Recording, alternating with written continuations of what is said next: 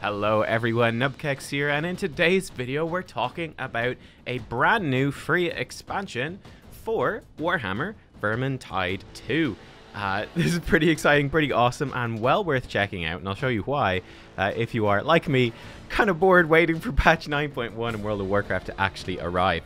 What is the Chaos Wastes? Well, the Chaos Waste expansion here for Vermintide 2 essentially adds an entirely new campaign which follows a rogue-like format. So you can see the map here, and you could see me hovering over the different options, but essentially, much like Slay the Spire or FDL back in the day, Curse of the Dead Gods, if you played that, you are making your way through this map, and you get to vote for the route that you're going to take.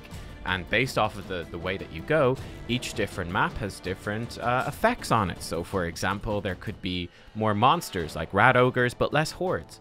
Or there could be more roaming patrols, but less specials. That sort of thing.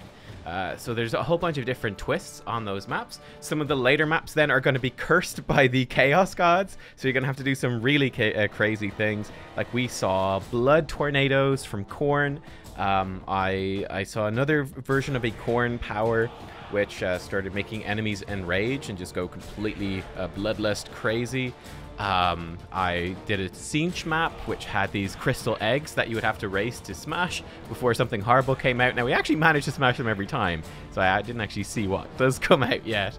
But yeah, there's a whole bunch of different powers. Nurgle was there, which was an interesting one where we had to carry around a torch, a cleansing holy torch that would protect us from just this Nurgle's poison, which covered the entire map, right? And you could only be safe within the torch. You'd very quickly die if you went outside the torch safe area. So cool twists, right? Cool twists in terms of what's happening. You also, of course, get nice rewards like more health, more stamina, more crit power, more crit chance, whatever. You know, nice just chunky stat perks for beating these missions as well, which also factors in. So you're deciding which way to go through the map.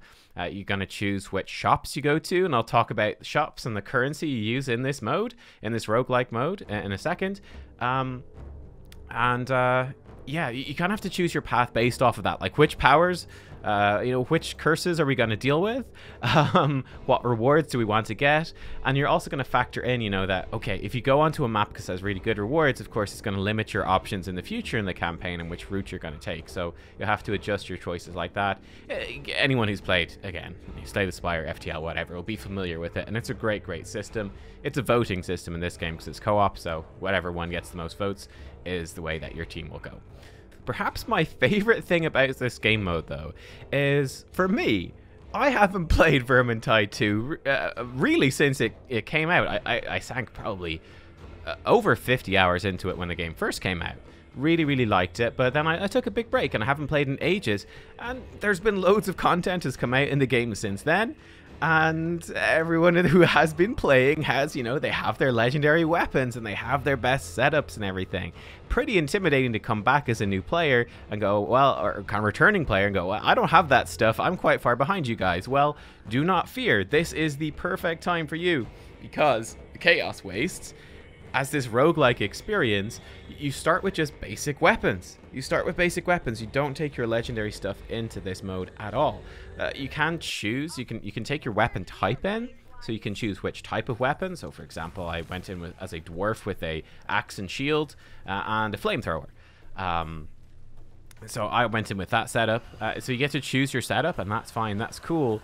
But yeah, you don't actually take your legendary weapons in. Instead, you can find shrines and spend pilgrim coins, which you are collecting throughout the journey, to either get randomized upgrades for your weapons at higher rarities, or you can pay more to temper to upgrade the rarity of the particular weapon that you have. So you get that sort of option, right? It's more cost efficient to get a random weapon type, but the random weapon type could conflict with your build or be a weapon type you're bad at, or you can just upgrade the particular weapon you have if you really like the weapon that you've got. It's a cool system.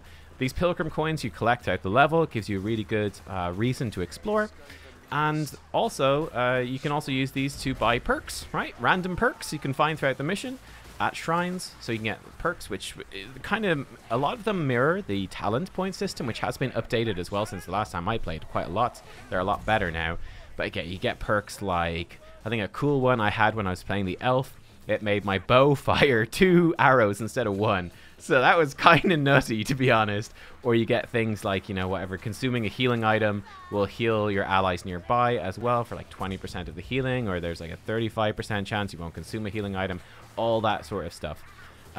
So yeah, you've got those perks, and then you also can find shops, particular types of shops, as you go through the sort of the map, the campaign map area of the game as well. So you get to choose then, based on that, what kind of shop do you want to go to. Do you want to go to the restoration shop, which is going to give us like really good defensive perks and healing perks? Do we want to go to the aggressive shop?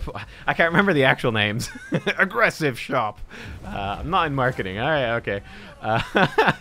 But yeah, you could buy like a bunch of offensive perks, that sort of thing.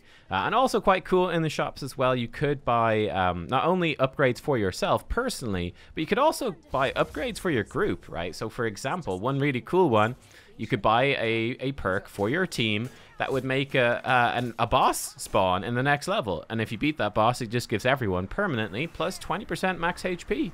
So really, really nice, right? Optional boss. Save up your coins, purchase the optional boss fight if you want to, and get that reward if you manage to beat it. So really fun stuff like that happening in this game mode. And yeah, the randomness of what, again, it's the roguelike effect, right? The randomness of what sort of weapons you could end up with, what perks you could end up with, and then switching your builds to accommodate that. All that stuff goes together to make for a really fun time. And of course then, I forgot to mention, but as you go through every single level, your health carries over, your ammo, your healing items, whatever. So it kind of takes that idea of a typical Vermintide level and the sort of the survival aspect of it, and it really carries that through the entire campaign. If your party ever fully wipes, your campaign is over and you have to start again. You are done. You have to go right back to the very, very start. So yeah, pretty cool. Fail a campaign, you certainly can. We failed our first campaign. We got overrun by specials, I think. And yeah, that was just, bam, we failed. Campaign over, start again. It wasn't, you know, the campaigns are not crazy long, though. It takes over an hour. It took us an hour and a half to do a full campaign. Maybe it would take you 2 hours if you were going very slowly. Maybe it'd take you an hour, maybe even less if you were speeding through and going as fast as possible and you had an optimized strategy, whatever. But yeah, it's a good chunk of time. It's not too long. It's not too short. I actually feel like it's a really nice feeling. Nice length for a campaign. Feels good. Definitely fairly similar to, you know, like Hades or Slay the Spire campaign lengths is what I would feel. And just like regular Vermintide 2, of course, it's best played with friends, but there is matchmaking. So I did a couple of runs with friends. I've done a couple of runs on my own. And yeah, it works great both ways. Works great both ways. Also, on top of that, if you're like me and you haven't played since the game kind of came out, there's been tons of updates, loads of stuff. So all the talents seem to be rebalanced and just balance changes to the game. I believe that is probably a lot better balanced now. A bit more variety in terms of the classes and all that. There are some new classes, like we had a Grail Knight and actually there was Grail Knights in every single one of my runs, which is a new class for Marcus Gruber.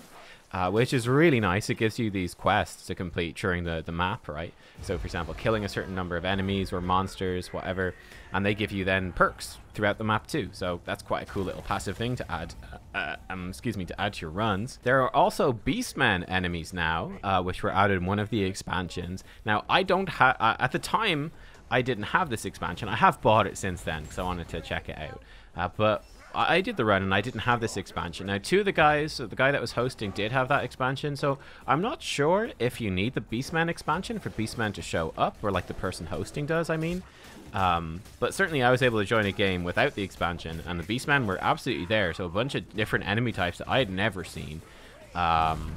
So yeah, bear that in mind. There's a bunch of new enemy types that you might run into that, as far as I can tell, are probably just going to be there. Of course, you know, to play the Beastman missions and all of that and get the weapons and stuff from that expansion, you of course have to buy the expansion.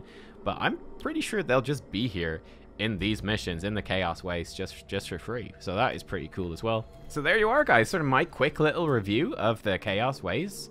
Very, very impressed for a free update. Super impressed with this. Since, yeah, as a returning player, it's awesome. Well worth coming back. Well worth taking it for a spin. Especially if you own the game, it's literally free. The only downside is the game is bloody massive. bloody massive. It took freaking ages to download it. I think it was like 90 gigabytes or something insane. The bloody madmen. Anyway, yeah, I don't know. Maybe the Skaven engineers can make Vermintide 3 a little bit smaller. I don't know. But yeah, that's the only downside for sure. But yeah, I mean, hey, free update for an awesome game. It's cool. Hope you guys enjoyed. Let me know if you have been playing, if you've been enjoying it.